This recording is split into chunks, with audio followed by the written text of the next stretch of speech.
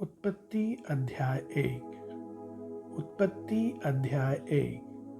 आदि में परमेश्वर ने आकाश और पृथ्वी की सृष्टि की। पृथ्वी बेडौल और सुनसान पड़ी थी और गहरे जल के ऊपर अंधियारा था, तथा परमेश्वर का आत्मा जल के ऊपर मंडराता था। जब परमेश्वर ने कहा उजियाला हो, तो उजियाला हो गया। और परमेश्वर ने उजियाले को देखा कि अच्छा है, और परमेश्वर ने उजियाले को अंधियारे से अलग किया। और परमेश्वर ने उजियाले को दिन और अंधियारे को रात कहा, तथा सांझ हुई फिर भोर हुआ। इस प्रकार पहला दिन हो गया। फिर परमेश्वर ने कहा, जल के बीच एक ऐसा अंतर हो कि जल दो भाग हो जाए। तब परमेश्वर ने एक अंतर बनाकर उसके नीचे के जल और उसके ऊपर के जल को अलग अलग किया, और वैसा ही हो गया। और परमेश्वर ने उस अंतर को आकाश कहा, तथा सांझ हुई फिर भोर हुआ। इस प्रकार दूसरा दिन हो गया। फिर परमेश्वर ने कहा, आकाश के नीचे का जल एक स्थान में इकट्ठा हो जाए और सूखी भूमि दिखाई दे, और वैसा ही हो गया। परमेश्वर ने सूखी भूमि को पृथ्वी कहा, तथा जो जल इकट्ठा हुआ उसको उसने समुद्र कहा। और परमेश्वर ने देखा कि अच्छा है। फिर परमेश्वर ने कहा, पृथ्वी से हरी घास तथा बीज वाले छोटे छोटे पेड़ और फलदायी वृक्ष भी, जिनके बीज उन्हीं में एक एक की जाति के अनुसार है, पृथ्वी पर उगे, और वैसा ही हो गया। इस प्रकार पृथ्वी से हरी घास और छोटे छोटे पेड़, जिनमें अपनी अपनी जाति के अनुसार बीज होता है, और फलदायी वृक्ष, जिनके बीज एक एक की जाति के अनुसार उन्हीं में होते हैं, उगे। और परमेश्वर ने देखा कि अच्छा है। तथा सांझ हुई फिर भोर हुआ। इस प्रकार तीसरा दिन हो गया। फिर परमेश्वर ने कहा, दिन को रात से अलग करने के लिए आकाश के अंतर में ज्योतियां हों, और वे चिन्हों और नियत समयों और दिनों और वर्षों के कारण हो। और वे ज्योतियां आकाश के अंतर में पृथ्वी पर प्रकाश देने वाली भी ठहरे, और वैसा ही हो गया। तब परमेश्वर ने दो बड़ी ज्योतियां बनाई। उनमें से बड़ी ज्योति को दिन पर प्रभुता करने के लिए, और छोटी ज्योति को रात पर प्रभुता करने के लिए बनाया, और तारांगण को भी बनाया। परमेश्वर ने उनको आकाश के अंतर में इसलिए रखा कि वे पृथ्वी पर प्रकाश दे, तथा दिन और रात पर प्रभुता करें, और उजियाले को अंधियारे से अलग करे। और परमेश्वर ने देखा कि अच्छा है।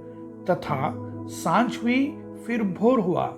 इस प्रकार चौथा दिन हो गया। फिर परमेश्वर ने कहा, जल जीवित प्राणियों से बहुत ही भर जाए, और पक्षी पृथ्वी के ऊपर आकाश के अंतर में उड़े। इसलिए परमेश्वर ने जाति जाति के बड़े बड़े जल जंतुओं की और उन सब जीवित प्राणियों की भी सृष्टि की, जो चलते फिरते हैं, जिनसे जल बहुत ही भर गया।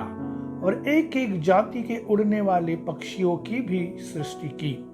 और परमेश्वर ने देखा कि अच्छा है। और परमेश्वर ने यह कह के उनको आशीष दी, फूलो फलो और समुद्र के जल में भर जाओ, और पक्षी पृथ्वी पर बढ़े। तथा सांझ हुई फिर भोर हुआ। इस प्रकार पांचवा दिन हो गया। फिर परमेश्वर ने कहा, पृथ्वी से एक एक जाति के जीवित प्राणी, अर्थात घरेलू पशु और रेंगने वाले जंतु, और पृथ्वी के वन पशु जाति जाति के अनुसार उत्पन्न हो, और वैसा ही हो गया। इस प्रकार परमेश्वर ने पृथ्वी के जाति जाति के वन पशुओं को और जाति जाति के घरेलू पशुओं को और जाति जाति के भूमि पर सब रेंगने वाले जंतुओं को बनाया। और परमेश्वर ने देखा कि अच्छा है।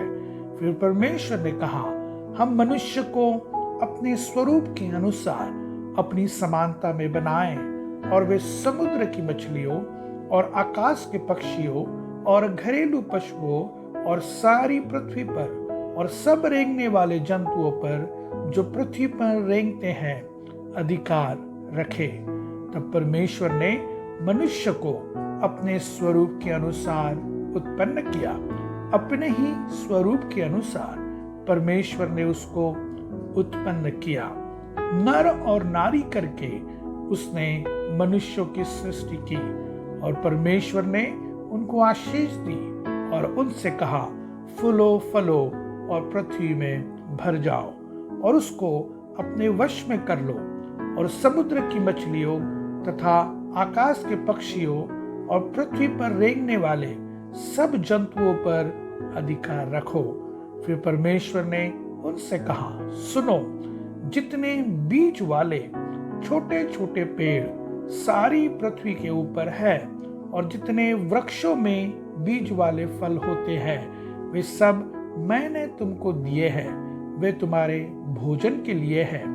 और जितने पृथ्वी के पशु और आकाश के पक्षी और पृथ्वी पर रेंगने वाले जंतु हैं जिनमें जीवन का प्राण है, उन सब के खाने के लिए मैंने सब हरे हरे छोटे पेड़ दिए हैं। और वैसा ही हो गया।